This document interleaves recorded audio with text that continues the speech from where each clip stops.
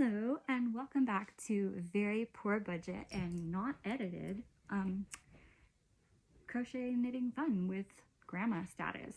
You can find me on Ravelry as grandma status. And okay, wanted to do a quick update because I've been working on my alien sweater. As you can see, I did finish the seed bead sweater that I was working on the last video. I did end up going ahead and picking up all of the stitches that were left. I just picked up one stitch for each crochet chain, and then I knit one purl, one rib up maybe like 8 or 9 rows, and then bound off with a stretchy bind off, and I think it looks pretty good. I think it fits nicely. I haven't worn it out in public yet, but that's because I haven't found an outfit to wear it. I'll probably wear it on Friday because I work in an office and I have to be, dressed nicely. I did finish one other thing and I want to share it with you. So these are the leg warmers. I actually ended up using the same pattern as this sweater for the stitch pattern, but the yarn that I used is just a red heart stripes in like rainbow. And I did end up picking up, which you can't really tell, but I did end up doubling the stitch count so that it'll kind of flare over my boots when I wear them. So yes, rainbow leg warmers. I am not skilled at sewing, so it's pretty bad, but I am not a person who cares, obviously, by the quality of this video. So yeah, so I did those, and I thought since I was going to share these, it's like an automatic striping, so like it just looks kind of not great there, but this side looks really good, so I'll just walk sideways. Yeah, so those exist and I'm happy with them. I actually wear like leg warmers very frequently in the winter because I like to wear tights and I like to wear skirts, but I also like to have the chunky boots and I like leg warmers on that. So like probably I got obsessed with making leg warmers, and so I thought, none of the people watching these little mini vlog things are aware of all the leg warmers that I have made, so I decided to share them with you guys. So let's see. Oh, I don't even have all of them, but I have some of them. So the first leg warmers that I made were these striped ones, and they're just gray and black, and it's just like a double crochet stitch. Again, I did the little flare it out at the bottom. The next ones that I made, this was in the span of like a week. Like I was just obsessed with making these temporarily. Was these chunky ones. This was in the fall, so I was like, these are fall colors, right? And you might think like, oh, they really look like they would only fit like on your hands. Like I feel like a clown with these, like, but they do fit on my legs and they are cute. And then I made these, but I only have one because I don't know where the other one is. I have a leg warmer drawer, obviously. It's just red and gray. It looks like it's red and green in real life, but it's gray. And I actually made these right around the same time that I made my Freddy Krueger sweater, so my husband was like, you're really obsessed with Freddy Krueger right now, aren't you? But no, I was obsessed with leg warmers. He was wrong. So then I made these, which are a bobble stitch, and they're just black, and they are, again, flared at the bottom. I'm liking it, okay? And these are actually super adorable. When I wear these over like my platform boots, it seems like I'm wearing a different pair of boots, which I'm a fan of, okay? And then I was like, you know what? I like these a lot, but it's cold and I want longer ones. So then I made even longer ones. Do you see how this became an obsession? Anyways, the latest member of the leg warmer crew is this rainbow pair. So I thought, you know, I need rainbow. And then I was like, I need pink fluffy ones, but I couldn't find yarn that is of the appropriate fluffiness. So I ended up ordering a pair of like just fluffy pastel pink leg warmers for when I'm in that mood, which is not very common. Mostly I just wear a lot of black. So thought I would share all of those with you guys. And then this is the fun thing. So we ended up traveling. We, being me and my husband, we drove from California to Utah, which the internet says from where we are to Utah, where we were going, says that it takes 12 hours. It does not take 12 hours. It was more like 16, 17 hours. Okay. But anyways, all that's good because I ended up getting my sleeves done for my alien sweater. Okay. So there's sleeve number 1, which I made on the way, or completed on the way. And then sleeve number 2, which I made on the way back. I did have to do some driving too, so I couldn't exclusively knit. So there's the sleeves. This again is the pocket. I only have one. And then I started the front, but I started it flat because these are the needles I brought. I couldn't find size 9 circulars, so it's going to be oversized. It did about this much, but I ended up getting a size 9 circular so that I could, so what I'll do is just cast on the same amount for the back, knit up about this much, and then just connect it in the round and then make the body from there, which I'll work up to here and then attach the sleeves. And I decided I'll do a raglan sleeves style, and then I'm going to cut it up the front and I'm going to add buttons, which I chose these buttons. Oh my gosh, can you tell? They are little UFOs. Oh my gosh, you can't see it. Well, anyways, they're little UFOs. I thought that was cute. And the best part of this is that I was working on the sleeves for this sweater while we were driving down the extraterrestrial highway between Nevada and California. So that was very fun.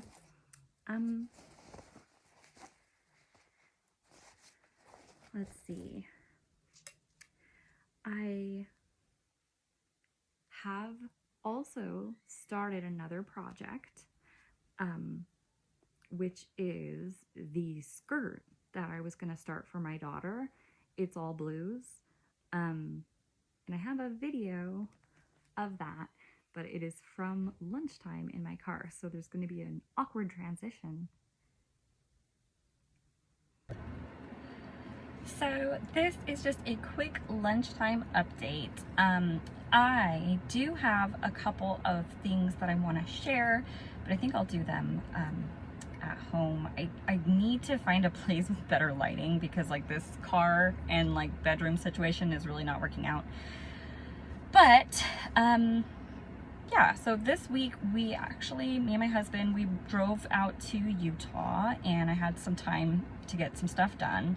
I really wish that I had more time to craft of just various crafts, because not only do I knit and crochet, I also, I'm like, what is this? Just gonna squeeze it. I'm just gonna like force it back into submission. But yeah, I also buy a lot of stuff for like jewelry making, and I like making stitch markers to knit and crochet with. I like making, doing scrapbooking type stuff, actually more like journaling, but with like additional stickers and scrapbook stuff. But yeah, there's all these projects that I want to work on, and there's just not a lot of time to get them done, which is very sad. There's just like these brief little snatches of time that I get while I have free time. I wanted to share, there's something that I want to share that's actually not made by me. So my son, who is 13, I showed him how to do a single crochet stitch probably 8 months ago. I showed him how to do it. We didn't really practice very much. I just showed him what to do, and then he made like a chain, and then he made like maybe 4 rows, and then he was like, yep, all right, and then he was done. And then just recently we had gone to Joann's and purchased this book. I think I talked about the book, but yeah, he decided that he wanted to make Mothman out of this mythical creatures cryptoid book. Okay, so I have his progress here, and I think it's really fun because I get to share something that's not mine. And out of both of my kids, I really thought that my daughter would have more like coordination and ability to do something, even though she's the younger one. But yeah, so here is his little Mothman. See if I can kind of get it in light. So he's not perfect, you know, he's got some problems. His eyes are kind of too small because we used the wrong size eyes because we were just going off of stash. But yeah, my son literally just like started it, and then I think I did 2 rounds at the top, but he made this entire thing, and then he made a leg, and then he was just like, meh. So, but I still think it's really cool that he remembered to do how to do the stitch that I had taught him like 8 months ago, literally. I kind of am in love with this thing, and if he doesn't end up finishing it and keeping it, I might actually just do that and keep it and just not give it to him, because I'll be like, obviously you didn't want it because you would have finished it. Yeah, so that's really cute. It's a little Mothman. And the other thing is the item I'm working on right now, which I like to have a project in my car at all times. And for now, this project is going to be my daughter's skirt. So I made it without checking it on her, so it seems right. It seems like it'll fit. I did this part sideways, so like I started here and then did, I think I was doing double crochet into the back loop only to make this like ribbed thing. I usually like to add my ribbing after I make something. Usually when I'm crocheting, I'll crochet the thing and then pick up and knit the ribbing because I prefer the stretch that a knit ribbing has. But in this case, it's not really a pattern, so I don't know how many crochet stitches to start with, like how many to chain to begin. So I thought it would be safer to start with the ribbing, go around her waist, and then pick up and go down to make the skirt portion. Which I shared the yarns that I was planning to use in, I think, the first little car vlog I did. And it's basically like ice yarns.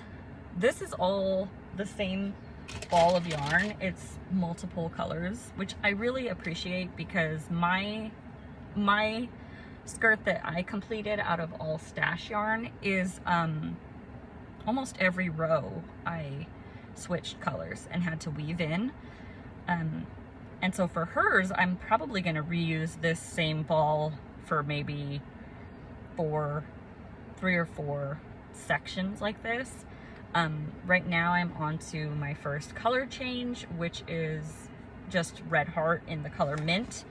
And this red heart, which I just showed you was really messed up right there, it's actually from the thrift store. So I don't know how old this ball of yarn is, but it's not the same consistency as like a normal red heart you would purchase at like Walmart today. Like it's just not quite as soft. So I feel like it's maybe from like the 80s or 90s. I don't know, but it's definitely a little older than most of the stuff that you get now. I'm debating with this project whether I want to add in a lining after I'm done with it. I am planning on sewing it the way I did mine, which I just sewed it over like this and added an elastic into the waistband so that it could stay up, because once these skirts are complete, they are pretty heavy and they pull down. Not off of your body, of course, but you know, they're just heavy, and so the elastic helps keep them up.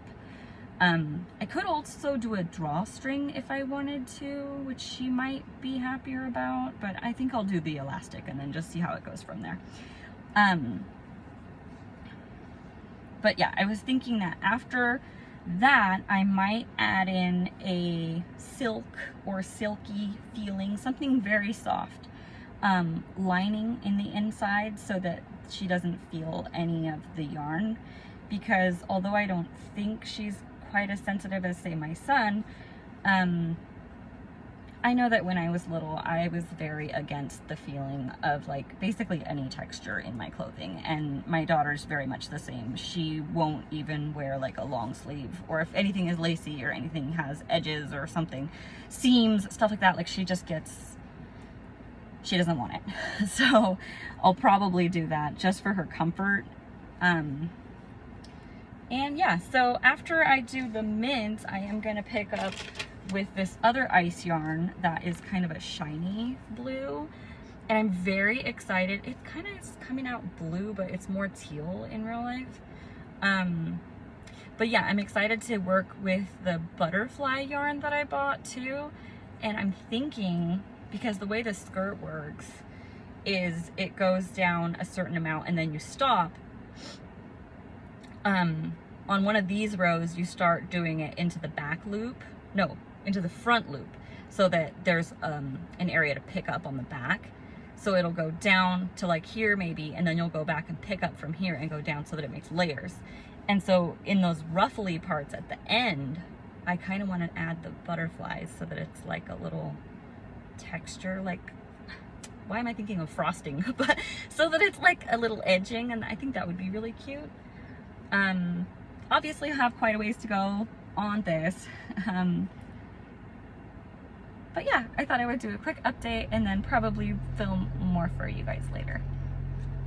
Yes, so that's the skirt, and I tried it on her and it fits, and I think it's very cute. I think it will match mine very well. And then I also want to make one for my sister. Oh my gosh, I have another project that I'm working on, and I'm excited about it. When I was looking for that fluffy pink yarn, I did find some fluffy green yarn, and I started making a shawl, but like a big, almost like a blanket. But it's the color of moss, and it's textured like moss. And when I wear it or snuggle into it, I am going to just pretend that I'm lying on the forest floor, decaying with my body, providing nutrients for little mushrooms and stuff, like just like decomposing, you know? Like people are like, oh, you're just bed rotting. No, I'm imagining that I'm decomposing and providing a service to this forest instead of just working and eating food like a useless eater. Anyways, that's my video for you guys today. I really hope that you're having a beautiful day, and I really hope that you share content on YouTube for me to watch also, because why not?